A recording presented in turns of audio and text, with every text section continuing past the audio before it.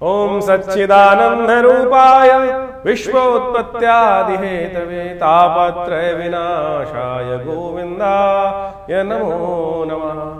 कृष्णाय वासुदेवाय हरये परमात्मने प्रणताक्लेशनाशाय गोविंदाय नमो नमः। नमस्कार, स्वागत है आपका आचार्य वाणी में। मैं आचार्य डॉक्टर विक्रमादित्य आपके साथ हूँ। आज का विषय हमारा है कुंभ राशि वालों के लिए ग्रहों का योग किस प्रकार का बन रहा है अगस्त के मध्यकाल में। कुंभ राशि वालों के लिए ग्रहों का योग समझें कि किस प्रकार का बन रहा है, तो वो बहुत विशेष योग समझ लीजिए। सबसे पहले तो शनि और मंगल का इस वक्त सामने की युति जो चल रही है वो कई बार आपको कई क्लैशों में फंसा सकती है। इस वक्त आपको अपने शौर्य को दिखाने की आवश्यकता है, लेकिन ध्यान रखना कुछ बदमाश लोग, कोई बहुत श्रूड लोग, बहुत चालाक लोग वो आपका मिसयूज़ कर सकते हैं। इसलिए उनसे बच के काम को करने की आपको बहुत ज़रूरत है, क्योंकि शनि मंगल का टकराव है। कुछ अच्छे लोग आपके संपर्क में आ सकते हैं, लेकिन कुछ लोग हैं कि जो आपका उपयोग कर आपको खास तौर पे परेशानी में भी डाल सकते हैं, तो उनसे बचते हुए कार्य करने की ज़रूरत है। इस वक्त यदि अगस्त के मध्यकाल में देखें तो कई ग्रहों का परिवर्तन, सूर्य परिवर्तन की तरफ जा रहे हैं बहुत ज़बरदस्त तरीके से, और कई एक विशेष योग भी लेकर ग्रह योग उपस्थित हो रहे हैं। सबसे बड़ा योग जो बन रहा है वो जन्माष्टमी का योग बन रहा है, सूर्य परिवर्तन की संक्रांति का योग बन रहा है। इन सब का मेजर प्रभाव आपकी राशि में बनने वाला है और ये आपकी राशि में महत्वपूर्ण परिवर्तन देने का योग दे सकता है। स्वास्थ्य के अंदर परेशानियों से निवृत्ति करने का योग भी बनाता दिखाई दे रहा है। आपके पराक्रम को बढ़ाने का योग भी बनता दिखाई दे रहा है इस दौरान। और तो और यदि जीवन में कोई लगातार कष्ट चल रहा है, उससे कोई निवृत्ति का योग नहीं बन रहा है, बचने का योग नहीं बन रहा है, तो महालक्ष्मी योग भी बहुत जल्दी आपकी राशि में बृहस्पति, शुक्र और बुध के कारण से बनने के योग बनेंगे इसी अगस्त के अंदर। और साथ साथ जन्माष्टमी का योग आ ही रहा है, उसमें कुछ खास उपाय यदि कर लिए जाएं तो आपके लिए बहुत कष्टों से निवृत्ति का योग बन सकता है। कुछ खास उपाय शनि की 7.5 जो अंतिम दौर में चल रही है वो कैसे आपके लिए शुभ हो जाए, तो इस बारे में खास एक उपाय आपको बताने वाले हैं जो जन्माष्टमी के दिन यदि किया जाए तो वो बहुत शुभ रहेगा आपके लिए। सबसे पहले बात कर लेते हैं 11 तारीख की। 11 तारीख को सोमवार का अवसर और भाद्रपद महीना चल रहा है। भाद्रपद महीने के अंतर्गत द्वितीया तिथि है कृष्ण पक्ष की। ग्रहों नक्षत्रों के दृष्टिकोण से 11 तारीख का दिन आपके लिए कई मामलों में अच्छा साबित हो सकता है। आपके पराक्रम में वृद्धि होने के योग दिखाई देते हैं। बृहस्पति के साथ चंद्रमा का जो संबंध बनकर तैयार है आपकी राशि के अंदर, वो कई मामलों में आपके लिए रिजल्ट्स को पॉजिटिव लाने का योग बना रहा है। सबसे बड़ा एक और योग बन रहा है कि बुध महाराज अब मार्गी होने जा रहे हैं। इसका थोड़ा ध्यान रखना पड़ेगा आपको। बुध का मार्गी होना आपकी राशि के दृष्टिकोण से कई बने बनाए कामों पर आप अपने क्रोध के कारण से उस पर लात मार सकते हो। ध्यान रखना पड़ेगा बहुत ज़बरदस्त तरीके से। कुंभ राशि वालों खासतौर पर थोड़ा एरोगेंसी त्यागनी पड़ेगी। कुंभ राशि वाले बड़े ऑर्गेनाइज वे में चलने का प्रयास करते हैं, और लेकिन उनको समाज जो है ना वो साइड लाइन करने का इस वक्त योग बना सकता है। बहुत सारे लोग जो बदमाश लोग हैं वो आपको थोड़ा सा रुष्ट कर सकते हैं, और जिस प्रकार शनि मंगल का टकराव चल रहा है, बुध महाराज मार्गी हो गए हैं, ये आपके लिए थोड़ा सा ऐसा हो सकता है कि इमोशनल टॉर्चर प्राप्त करने के योग बन सकते हैं। इसका उपाय लगातार करने का प्रयास करें। सबसे श्रेष्ठ उपाय आपकी राशि के दृष्टिकोण से दिखाई देता है कि इस समय फिटकरी जो है उसका उपयोग करने का प्रयास करें। उसको जल में डालकर नित्य प्रति उससे स्नान करें तो वो आपके लिए बड़ा अच्छा होगा। दही का दान करना भी आपकी राशि के दृष्टिकोण से अच्छा रहेगा। इस सब चीज़ को समझते हुए कार्य करेंगे तो आपके लिए अच्छा रहेगा। 12 तारीख की हम बात करें, मंगलवार का दिन अंगारक चतुर्थी का योग बन गया, क्योंकि इस दिन मंगलवार के दिन चतुर्थी साथ में युक्त हो रही है और ये विघ्नों को दूर करने वाला योग माना जाता है। मंगल के नेगेटिव प्रभाव को, मंगल इस वक्त आपकी राशि में शनि के साथ जिस प्रकार से द्वंद्वात्मक स्थिति में चल रहा है और काफ़ी लंबे समय तक चलना है, अभी आपस में समसप्तक योग बना रहे हैं, फिर आगे जाके षडाष्टक योग भी बना लेंगे। तो ऐसे में मंगल को शांत करने के लिए देव कृपा से इस बार अंगारक चतुर्थी का योग बना है, तो कोशिश करें हनुमान चालीसा का पाठ करें, सुंदरकांड का पाठ करें। विवेकानंद योगाश्रम में इस अंगारक चतुर्थी पे हमने सुंदरकांड का पाठ रखा है, हनुमान जी का यज्ञ रखा है, मंगल ग्रह के दोषों को निवारण करने के लिए कार्य किया है, तो आप अवश्य उसमें सम्मिलित हो सकते हैं। ग्रहों का परिवर्तन आपकी राशि के दृष्टिकोण से देखा जाए तो कई मामलों में पॉजिटिव योग भी बना रहा है।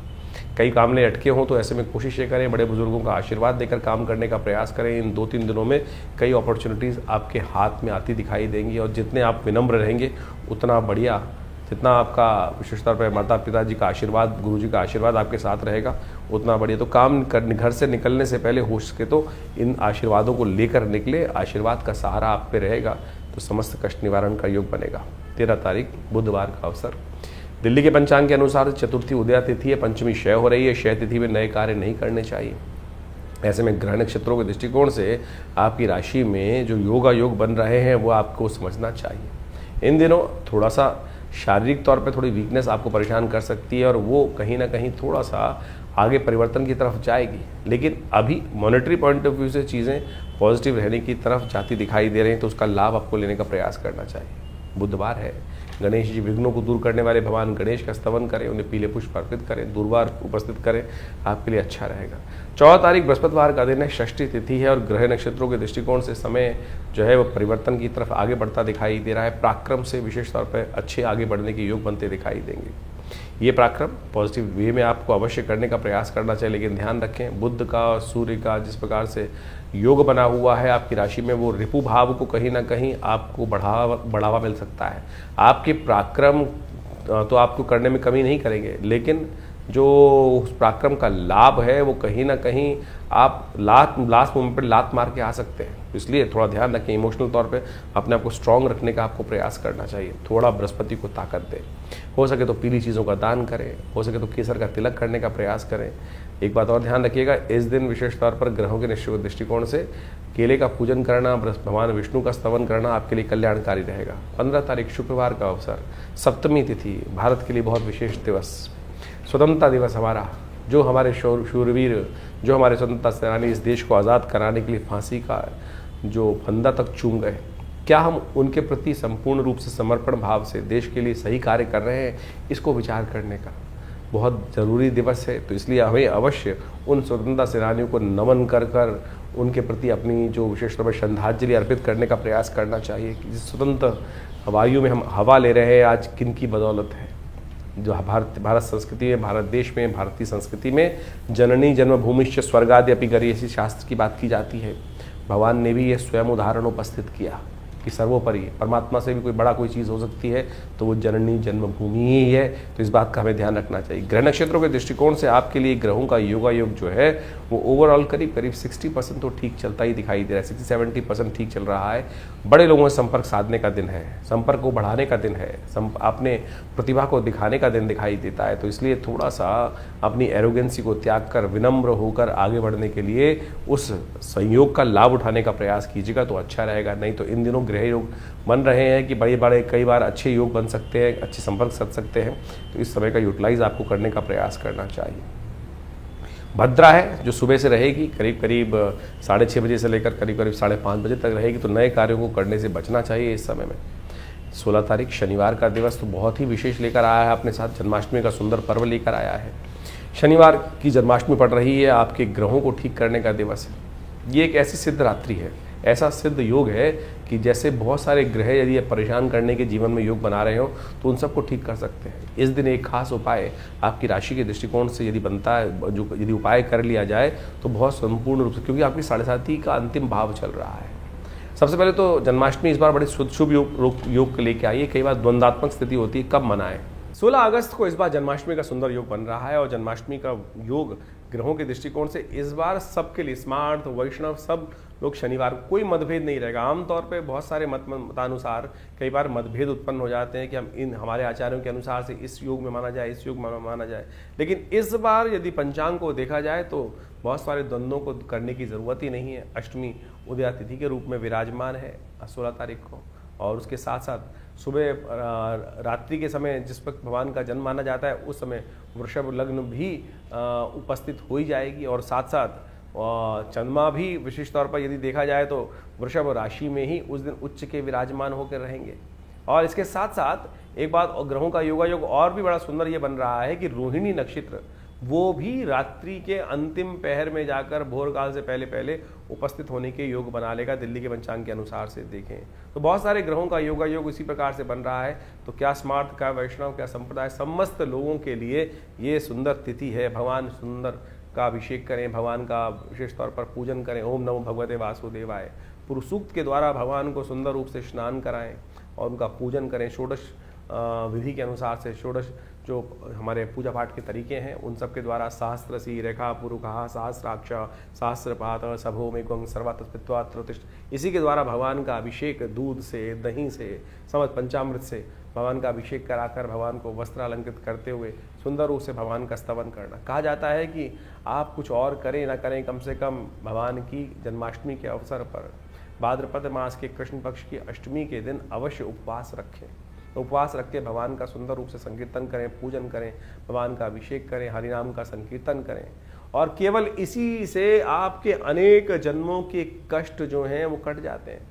उपवास रखिए। उपवास का मतलब केवल भूख हड़ताल नहीं होता है। आजकल बहुत सारी समस्याएं क्या हो गई, उपवास लोग करने की जहाँ बात की जाती है तो खाना पीना छोड़कर बैठ जाते हैं। उपवास का मतलब कतई भूख हड़ताल नहीं है। व्रत का मतलब कुछ और है। व्रत का मतलब तो विशेष तौर पर कुछ लोगों ने ऐसा बना दिया कि भैया आज भोजन नहीं करेंगे। मुझे वो बताइए, मैं सीधी तरह से उपवास करनी बहुत अच्छी, व्रत करना एक बहुत बढ़िया सिद्धांत है, खाना भी ना खाएं तो ठीक है, विश्राम मिलना चाहिए। लेकिन एक बात, छोटी सी बात समझने की आवश्यकता है। आपका बच्चा यदि सुबह से लेकर शाम तक कोई बात कर रहा हो, पर ये चाहिए, पिताजी ये चाहिए, माताजी ये चाहिए, और सुबह से लेकर दोपहर तक, रात तक खाना ना खाए, तो मुझे एक बार बताएं, क्या माता पिता प्रसन्न होंगे? या माता पिता विशेष तौर पर उनका खून नहीं चलेगा कि बच्चा खाना नहीं खा रहा है, और भगवान आपके माँ बाप प्रसन्नता से अपने जीवन यापन कर पाएंगे? नहीं कर पाएंगे। तो शास्त्र में कुछ भ्रांतियां उत्पन्न हो गई हैं। लोगों ने भूख हड़ताल को व्रत मान लिया है। व्रत का वास्तविक अर्थ जो है वो है उपवास। वास का मतलब है रहना, उप यानी जहां से हो, जहां रह रहे हो वहां से हटने का प्रयास करो, कहीं और वास करो, वहां से अपने आप को उठाओ और प्रभु के सानिध्य में जाकर वास करने का प्रयास करो। शांति से प्रभु का स्मरण करो, सात्विकता के साथ रहो, प्रभु के श्री चरणों में निवास करो, तब तो व्रत हुआ, तभी तब तो उपवास हुआ। नहीं तो केवल भूख हड़ताल हुई, नहीं तो जिद हो गई। आपको खाली खाना ना खाना भी एक प्रकार से उपव्रत कहा जा सकता है, लेकिन कुछ कालांतर में ऐसी भ्रांति उत्पन्न हो गई है बहुत सारी चीज़ों ने कि भूख हड़ताल, पेट को कुछ नहीं देना, उसी को हम व्रत मान के बैठ गए हैं। लेकिन और उस दिन एक समझे कि जिस दिन खाना नहीं खाया, कुछ नहीं किया, उस दिन क्या होगा, और बाहर की चीज़ सब खा लेंगे। कुट्टू के आटे से लेकर पता नहीं क्या क्या, पकौड़ी, चाट पकौड़ी इत्यादि समस्त खाने की व्यवस्था बना लेंगे। तो फिर वो क्या हुआ, फिर तो वो कुछ और ही हो गया ना। इस व्रत में हरिनाम का संकीर्तन, जागरण, भगवान के नाम का जप, भगवान के क्रियाकलाप जो हैं उनकी कथाएं पढ़ना, उनकी कथा सुनना, उनके मंत्र का जप करना, दान पुण्य करना, सात्विकता का से जीवन निर्वाह करने का प्रयास करना, और विशेष तौर पर मनसा वाचा कर्मणा प्रभु के नाम का संकीर्तन करना, ये तो हुआ उपवास। तो अब आप देख लीजिए आप क्या कर रहे हैं। तो परमात्मा की कृपा प्राप्त करने के लिए फिर कहते हैं लोग संकट नहीं हरे, कष्ट नहीं हरे। तो ऐसे में कष्ट कहाँ हरेंगे? तो इसलिए इस बात को समझें कि इस जन्माष्टमी पर हम भगवान का षोडशोपचार पूजन करें। हमने विवेकानंद योगाश्रम में इस दिन विशेष भगवान का पूजन रखा है। शाम के समय जो करीब करीब यज्ञ के साथ आरंभ होगा और भगवान के पूजन के साथ सुंदर व्यवस्था बनेगी। भगवान को विशेष तौर पर षोडशोपचार पूजन कर उनका विभिन्न प्रकार से, विभिन्न औषधियों से उनका अभिषेक रहेगा, भगवान का पूजन रहेगा, भगवान के नाम का संकीर्तन रहेगा, कीर्तन, पूजा पाठ सबकी व्यवस्था है। आप अवश्य भगवान के नाम के संकीर्तन में उस दिन पधारें। आश्रम पे, विवेकानंद योग आश्रम में प्रभु की कृपा से सुंदर कल्याण का अवसर बनेगा। भगवान के नाम का संकीर्तन कर हमारे इस आश्रम पे, जिसमें पिछले करीब आप मान के चलें 50-60 सालों से नित्यपति 8 घंटे यज्ञ होता है। माँ भगवती का सुंदर श्री विग्रह, इस दिन भगवती दुर्गा का भी प्राकट्य उत्सव है। आप महामाया जी का भी प्राकट्य उत्सव माना जाता है, जो भगवान कृष्ण के साथ ही उत्पन्न हुई थी। भगवती दुर्गा की उपासना इस दिन विशेष तौर पर की जानी चाहिए, और भगवती दुर्गा के साथ साथ भगवान कृष्ण की सुंदर उपासना कर इस संसार में शांति स्थापित करने के लिए, कष्टों को निवारण करने के लिए, बिना भगवती की, बिना शक्ति की उपासना किए बिना भगवान की कृपा नहीं होती। तो इसलिए सुंदर रूप से आप अपने कार्यक्रमों में, यज्ञ में सम्मिलित हों। भगवान के नाम के संकीर्तन में हम विशेष रूप से कार्यक्रम रख रहे हैं, तो आप अवश्य अपना स्थान आरक्षित कर इस कार्यक्रम में सम्मिलित हो सकते हैं। तो कुंभ राशि वालों, जन्माष्टमी का सुंदर योग है। जन्माष्टमी के दिन विशेष तौर पर आप भगवान कृष्ण की सुंदर उपासना करने का प्रयास करें, सुंदर रूप से उनका पूजन करने का प्रयास करें। इस दिन भगवान का अभिषेक सबसे श्रेष्ठ है। उपवास रखें, व्रत रखें। कहा जाता है कि ये व्रत ही केवल ऐसी चीज़ है कि जन्माष्टमी के दिन जो व्रत किया जाए वो संपूर्ण कष्टों को दूर कर सकता है। समस्त देवताओं को का आशीर्वाद आपके जीवन में प्राप्त हो सकता है, क्योंकि शनि की 7.5 चल रही है आपके ऊपर। तो ऐसे में ध्यान रखें, शनि का संबंध कृष्ण के साथ बहुत बढ़िया है। भगवान कृष्ण ने जब शनि संपूर्ण जगह से त्याग दिए गए, बड़े रुदन करते हुए एक बार भगवान कृष्ण के समक्ष पहुंचे कि मुझे सबने त्याग दिया है, कोई स्थान नहीं दे रहा है, कोई मुझे अपने यहाँ बिठाना नहीं चाहता है। तब भगवान ने अपने ब्रज 84 कोस में उनको कोकिला वन में स्थान दिया और कहा, ऐसी संपूर्ण कथा शास्त्र में विद्यमान है कि जो वहाँ जाकर भगवान महाराज शनिदेव का स्नान तेल अभिषेक करता है, स्नान कराता है, उनके समस्त कष्ट निवृत्ति का योग बन जाता है। जन्माष्टमी शनिवार को पड़ रही है, 7.5 का अंतिम दौर चल रहा है। इस दिन कोशिश करें तेल का दान करने का प्रयास करें, और हो सके तो एक बात वो विशेष उपाय करने का प्रयास करें। भगवान कृष्ण का पूजन करते हुए आप उनको विशेष तौर पर बांसुरी अर्पित करने का प्रयास करें, उसके साथ मोर पंख अवश्य अर्पित करें। और जो आप उनको भगवान कृष्ण की जब जन्माष्टमी होती है तो कई प्रकार के विशेष मिठाई बनाई जाती है, गोंद के लड्डू बनाए जाते हैं इस दिन। और ये ज्योतिष को दृष्टिकोण से हम समझें कि ये आयुर्वेद के साथ, स्वास्थ्य विज्ञान के साथ बहुत बड़ा ज्योतिष का संबंध है। आपकी राशि के दृष्टिकोण से तिल से बने हुए लड्डू जो है, गोंद के लड्डू, भगवान को अर्पित करके प्रसाद रूप में ग्रहण करने से इस शनि के तमाम जो वायु संबंधित बीमारियां हैं उनको ठीक करने में, मगज से संबंधित जो बीज संबंधित मिठाइयाँ उनको सेवन कर लेने से बहुत बढ़िया तरीके से आपको लाभ प्राप्ति के योग बन पाएंगे। और साथ साथ हो सके तो भगवान कृष्ण को अवश्य इस दिन आप मोर का पंख अर्पित करने का प्रयास करें, और बाद में हो सके तो वो मोर का पंख अपने पास रख लीजिएगा। 1 वर्ष तक आपके तमाम शनि के दोषों को ठीक करने के लिए ये मोर पंख आपके लिए बहुत सुंदर रूप से मणि के रूप में साबित होगा। तो इसको अवश्य रखने का प्रयास कीजिए साथ में। 17 तारीख रविवार का अवसर, 9वीं तिथि विद्यमान है और इस दिन सूर्य परिवर्तन की तरफ जा रहे हैं। साथ साथ गौगा नवमी भी है इस दिन। ग्रह नक्षत्रों का प्रभाव यदि आप समझें तो आपके लिए बहुत महत्वपूर्ण योग बनता दिखाई दे रहा है। आपकी राशि के दृष्टिकोण से सूर्य बहुत कमज़ोर स्थिति में जो चल रहे थे, अब महत्वपूर्ण परिवर्तन कर कर आपके 7वें भाव में पदार्पण करेंगे, और ये पूरे 1 महीने तक आपके शौर्य को भी बढ़ाएंगे, आपके वर्चस्व को भी बढ़ाएंगे, पराक्रम को भी बढ़ाएंगे, लेकिन साथ साथ आपके जीवन में क्रोध भी बढ़ा सकते हैं, पारिवारिक जीवन में कुछ मतभेद भी उत्पन्न कर सकते हैं। इसलिए शनि के सूर्य के नेगेटिव प्रभावों को आपको कंट्रोल करने की ज़रूरत है। रविवार के दिन संक्रांति का योग बना है, हृदय नाम का योग बना। इस दिन गायत्री का स्तवन करें, आपकी राशि के दृष्टिकोण से सबसे श्रेष्ठ रहेगा। गायत्री का यज्ञ, गायत्री का स्तवन, सूर्य के निमित्त इस दिन विशेष तौर पर भगवान का स्तवन करें, भगवान को अर्घ्य दें। आपकी राशि के दृष्टिकोण से सबसे श्रेष्ठ दिखाई देता है कि तांबे के लोटे में आप भगवान को पीले पुष्पों के साथ अर्घ्य दीजिए, नित्यपति अर्घ्य दीजिए। ओम गणेश सूर्य आदित्याय नमः इस मंत्र का जप करते हुए भगवान को अर्घ्य देने से आपके लिए बहुत अच्छा योग बनेगा। तांबे के बर्तन इस समय में दान करने से आपकी राशि के बहुत सारे कष्ट जो हैं, पारिवारिक जीवन में चल रहा है कष्ट, आपस में मतभेद चल रहे हैं, तो वो भी किसी मंदिर इत्यादि में पंचपात्र इत्यादि का दान, तांबे के बने हुए पंचपात्र का दान करने से वो आपके लिए बहुत शुभ योग बनाएंगे, कल्याणकारी योग बनाएंगे। आपके लिए अच्छा रहेगा ये योग। इस दिन अवश्य इस दिन कार्य करने का प्रयास कीजिए, आपके लिए अच्छा योग बनेगा। 18 तारीख सोमवार का अवसर है, 10वीं तिथि विद्यमान है और ग्रह नक्षत्रों के दृष्टिकोण से ग्रह परिवर्तन की तरफ बहुत तेज गति से भागते दिखाई दे रहे हैं। और ये जो दौड़ ग्रहों की हो रही है आपकी राशि के दृष्टिकोण से आपके लिए विजय का योग बनाती दिखाई दे रही है। ये विजय का योग ऐसा बन रहा है कि आप अपनी चाल में मस्त होकर आगे चलने का प्रयास कीजिए। जो बोलते हैं संसार में बोलने दीजिए उनको। हाथी चलत बाजार में तो कहा गया ना, तो बिल्कुल आप अपने चाल में मस्त होकर चलने का प्रयास कीजिए। वो आपके लिए आने वाले 2-3 दिन बहुत बढ़िया योग बनते दिखाई दे रहे हैं, लाभ के योग बनते दिखाई दे रहे हैं। इस दिन भद्रा है, नए कार्यों को नहीं करना चाहिए। सुबह 6:30 बजे से लेकर करीब शाम के 5:30 बजे तक भद्रा का योग बन रहा है, तो इस नए कार्यों को आरंभ करने से बचना चाहिए। 19 तारीख मंगलवार का अवसर, एकादशी तिथि विद्यमान है, अजा एकादशी का योग बन रहा है और ये अजा एकादशी बहुत ही महत्वपूर्ण मानी जाती है। ग्रह नक्षत्रों के दृष्टिकोण से इस दिन विशेष तौर पर ग्रहों का योग जो बन रहा है आपके लिए, आप समझें, वो कहता है कि आप जो भी कार्य करेंगे उसमें कहीं ना कहीं विजय के योग आपके लिए बनते दिखाई दे रहे हैं। बुद्धि सही समय पर सही दिशा आपको दिखाती दे रही है, तो उस बुद्धि के इशारों को समझते हुए कार्य करना चाहिए। अजा एकादशी का मतलब होता है भगवान विष्णु की सुंदर उपासना, और कहा जाता है कि कृष्ण जो भाद्रपद के कृष्ण पक्ष की एकादशी होती है वो पुनर्जन्म तक में किए हुए दुष्कर्मों से निवृत्ति देने का योग बना लेते। तो इस दिन विष्णु सहस्त्रनाम का पाठ करना चाहिए, व्रत रखना चाहिए, भगवान का पूजन विशेष तौर पर करने का प्रयास करना चाहिए। बहुत सुंदर कष्टों को निवृत्ति का योग बन जाता है। 20 तारीख बुधवार, द्वादशी तिथि है और इस दिन ग्रहों का योग आपकी राशि के दृष्टिकोण से आपके ग्रहों की चाल से 80% आपके लिए पॉजिटिव करता दिखाई दे रहा है। बस ध्यान रखना है, इस वक्त जो राहु और केतु की स्थिति आपकी राशि में चल रही है वो भ्रमात्मक स्थिति उत्पन्न कर रही है। बस उससे बचते हुए कार्य करने का आप प्रयास करेंगे तो बहुत सुंदर आपके लिए योग बनेगा, अच्छा योग बनेगा आपके लिए, और ये आपको कहीं ना कहीं पॉजिटिव करने के रास्ते बनाता दिखाई देगा। लेकिन इस दिन बुध प्रदोष भी है।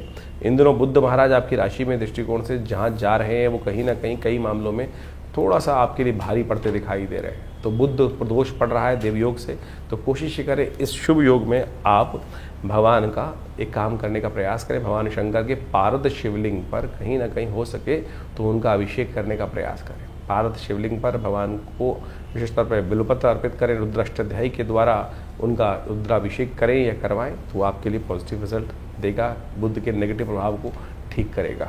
तो ग्रहों का योगा योग आपने समझा। इस वक्त भाद्रपद का महीना चल रहा है और भाद्रपद के महीने में जो ग्रहों का योगा योग परिवर्तन का योग बनाएगा वो तो आपके समक्ष ही है, लेकिन एक विशेष योग बन रहा है कि इस भाद्रपद में 5 रविवार का योग बन रहा है।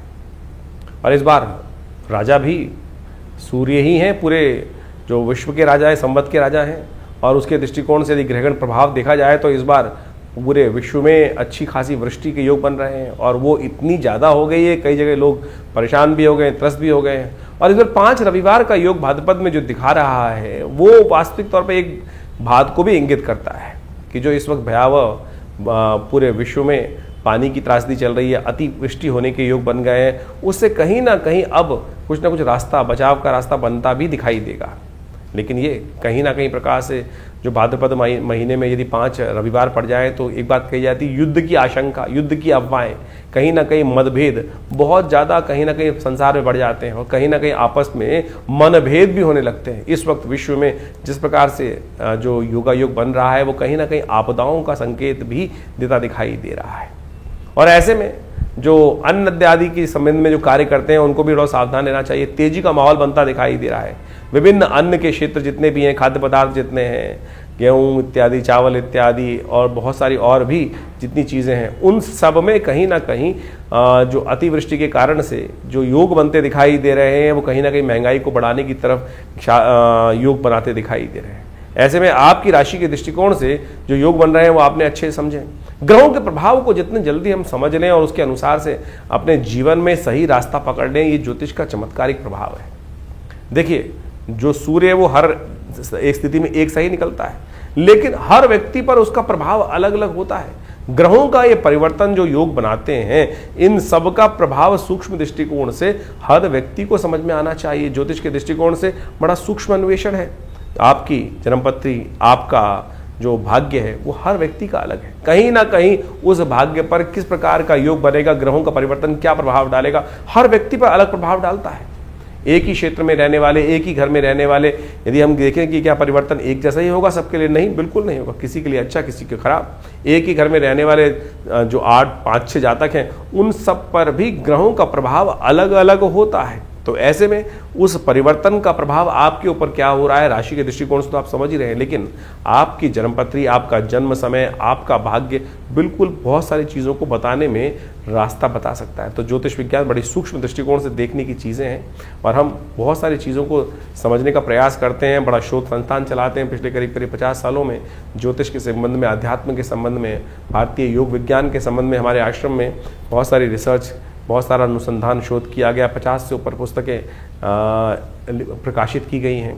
सदगुरु आचार्य श्री केशव देव जी के महाराज के सानिध्य में रहकर हमने बहुत सारे विभिन्न भारत की पराविद्याओं के ऊपर कार्य किया, चाहे वो मंत्र विज्ञान है, चाहे वो यज्ञ विज्ञान है, चाहे वो कर्मकांड है, योग की सहस्त्रों शाखाएं हैं, और उन सब के ऊपर मुद्रा विज्ञान इत्यादि बहुत सारे अलग अलग विषयों के ऊपर बहुत सारा शोध अनुसंधान करके चीज़ों को समझने का हमने प्रयास किया।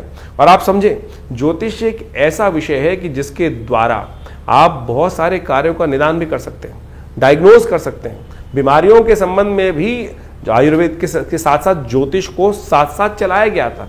आज जो समाज में जो आयुर्वेद का या चिकित्सा विज्ञान का भाव है, वहाँ ज्योतिष के एक पार्ट को निग्लेक्ट कर दिया गया है। अरे ज्योतिष पूरी तरह से डायग्नोज पर ही है, आपके ग्रह बदले और वो कहीं ना कहीं कौन सा रोग उत्पन्न करेंगे, किस प्रकार से बीमारी का रास्ता बनाएंगे, ये भी ज्योतिष के अंदर बहुत अच्छे से, अगर समय खराब चल रहा है किस प्रकार से कौन से मंत्र को जप कर कर, कौन सी मुद्रा का प्रयोग करके कौन सी औषधि कब आपके लिए अच्छी अनुरूप रहेगी, कौन सी औषधि कब कार्य नहीं करेगी, ये भी ज्योतिष विज्ञान के माध्यम से आप बहुत अच्छे से समझ सकते हैं, कार्यों को कर सकते हैं। हमने इसके ऊपर बहुत अच्छे से चीज़ों को समझने का प्रयास किया। बहुत सारी चीज़ें हम समय समय पर आपके बहुत सारे अपने इन कार्यक्रमों के माध्यम से आपके समक्ष रखते भी आए हैं।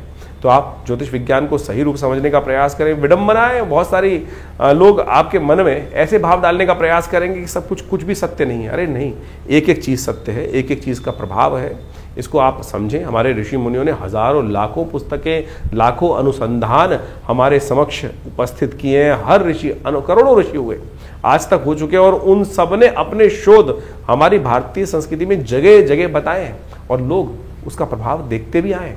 और हमने खुद देखा, बहुत सारे महामृत्युंजय मंत्र इत्यादि बहुत सारे अनुष्ठान जो समय समय पर करते हैं, उनका प्रभाव बहुत प्रत्यक्ष रूप से होता है। चाहे वो जीवन के स्वास्थ्य संबंधी समस्याएं, चाहे वो जीवन की किसी भी पहलू से संबंधित समस्याएं, उसका निदान करने के लिए विभिन्न मंत्रों के माध्यम से, विभिन्न उपायों के माध्यम से, चाहे वो रत्न है, चाहे वो विभिन्न उपाय हैं, चाहे वो दान है, चाहे वो पुण्य है, चाहे वो औषधि है, चाहे वो ध्यान है, इन सबको मार्ग अपना सकते हैं। और तो और मुद्राएं तो अपने आप में चमत्कारिक प्रभाव दिखाती हैं। ये शरीर के जो विभिन्न भागों के द्वारा योग और विभिन्न मुद्राओं का उपयोग किया जाता है। जैसे किसी का बृहस्पति खराब है तो ये ज्ञान मुद्रा का नित्यप्रति अभ्यास करें, देखें, किसी और चीज़ की आवश्यकता ही नहीं पड़ेगी। शनि यदि खराब चल रहा है, शनि का दुष्प्रभाव बहुत ज़्यादा जीवन में हो रहा है, तो यदि नेगेटिव प्रभाव है तो इसको इस मुद्रा के द्वारा, शून्य मुद्रा का उपयोग करते हुए, शनि की मुद्रा का उपयोग करते हुए यदि मंत्र जप किया जाए, कुछ भी उसका नित्य प्रति इस मुद्रा का अभ्यास किया जाए, तो उससे भी बहुत जबरदस्त प्रकार से आपकी समस्याओं को ठीक करने में रास्ते मिलते हैं। तो ऐसे बहुत सारी चीज़ें हैं, बहुत सारे मार्ग हैं जिनको आप समझेंगे तो बहुत अच्छे से रास्ता बनता दिखाई देगा, कष्टों को निवारण करने का योग बनता दिखाई देगा। और इन सब चीज़ों को हमें अच्छे से समझ लेना चाहिए। बहुत सारे लोग, ये कहानियां नहीं है, पुराण इत्यादि में जो रहस्य बताए गए हैं वो कतई किसी प्रकार भी कहानियां नहीं है, लेकिन उनके पीछे उसका आदि भौतिक आदि दैविक रहस्य छुपा हुआ है। उन रहस्यों को हमको समझना चाहिए। अभी सावन का महीना समाप्त हुआ, सावन में भगवान का जैसे हम रुद्राभिषेक करते हैं, रुद्राभिषेक करते हुए भगवान पर विभिन्न प्रकार से भगवान को स्नान कराया जाता है, कभी दूध से, कभी दही से, कभी भस्म से। भगवान के ऊपर बिलपत्र चढ़ाए जाते हैं, दूर्वा चढ़ाई जाती है, भंग चढ़ाई जाती है, और तो और वो आक के पत्ते चढ़ाए जाते हैं, धतूरे के पत्ते चढ़ाए जाते हैं। यदि इनको वैज्ञानिक तौर पे आप देखने का प्रयास करेंगे तो इन सब के माध्यम से आप समझे, घास को चढ़ाकर भगवान के ऊपर चढ़ाने का कारण क्या है? उसका मंत्र है कांडात कांडात प्रोहंती। भगवान के ऊपर चढ़ाते हुए इस मंत्र को कहा जाता है। औषध विज्ञान के अनुसार से आपके जो बहुत सारी बीमारी को ठीक करने के लिए, पेट संबंधी बीमारियों को ठीक करने के लिए ये बहुत दिव्य औषधि है।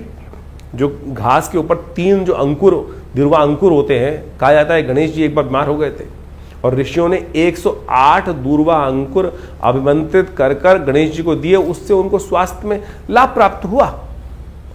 इसी प्रकार से विभिन्न जो चीजें हमारे क्रियाकलाप कर्मकांड के सिद्धांत से भारतीय संस्कृति में बताई गई हैं, पुराण इत्यादि में चीजों में बताए गए हैं, वो सब के सब क्रियाकलाप बहुत रहस्यपूर्ण है, परम वैज्ञानिक है। औषधीय दृष्टिकोण से भी उसको अच्छे से समझा जा सकता है। तो आप इन सब को समझें। हम समय समय पर आपकी राशि के दृष्टिकोण से बहुत सारी चीज़ें बताते हैं, लेकिन जन्मपत्री भी उसका बहुत विशद विषय है और वृहद विषय है। साथ साथ आपके हाथ की रेखाएं, मस्तिष्क की रेखाएं और ये सब का सब शरीर की जो विभिन्न आकृति विज्ञान है, वो ज्योतिष के अनुसार समुद्र शास्त्र के माध्यम से इन सब रहस्यों को अच्छे से समझकर हम जीवन में उत्थान की तरफ आगे चले। और भारतीय संस्कृति परम बहुत सुंदर रूप से उपस्थित किए गए इन सब रहस्यों को, तो आप यदि इन सब चीज़ों को समझेंगे तो बहुत बढ़िया आपके लिए बहुत सारे विषयों को अच्छे से हम बताएंगे। आश्रम के द्वारा जो प्रकाशित पुस्तकें हैं वो आप हमारी वेबसाइट पे जाके देख सकते हैं। mudrasforhealing.com वेबसाइट है हमारी, acharyavikramadiत्य.com वेबसाइट है हमारी, vivekanandnaturecure.com ये भी हमारे आश्रम की ही वेबसाइट है। और यहाँ पर हमारे आश्रम की समस्त गतिविधियों को समय समय पर हम बताते रहते हैं। बहुत सारे विभिन्न कार्यक्रम आश्रम पर समय समय पर चलते रहते हैं और इन सब विषयों को आप अच्छे से समझकर और इन सब से आश्रम से जुड़े। और स्वागत है आप सबका हमारे यहाँ जो नित्य प्रति कार्यक्रम होते ही हैं। रविवार को विशेष कार्यक्रम में, यज्ञ में आप सब लोग सम्मिलित हो सकते हैं। सुबह 8 बजे से लेकर करीब करीब 10 साढ़े 10 बजे तक भंडारे के साथ बड़ा यज्ञ और स्वाध्याय इत्यादि का कार्यक्रम चलता है हर रविवार को। और आप सब अपने विषयों को लेकर आश्रम पे उपस्थित होंगे तो हम अवश्य जो भी भगवान की कृपा से रास्ता बनेगा अवश्य आपके साथ बनाएंगे। जीवन में कल्याण का मार्ग प्रशस्त हो, आप सबको आशीर्वाद, कल्याण हो, भगवान का कृपा आपके साथ हमेशा बनी रहे।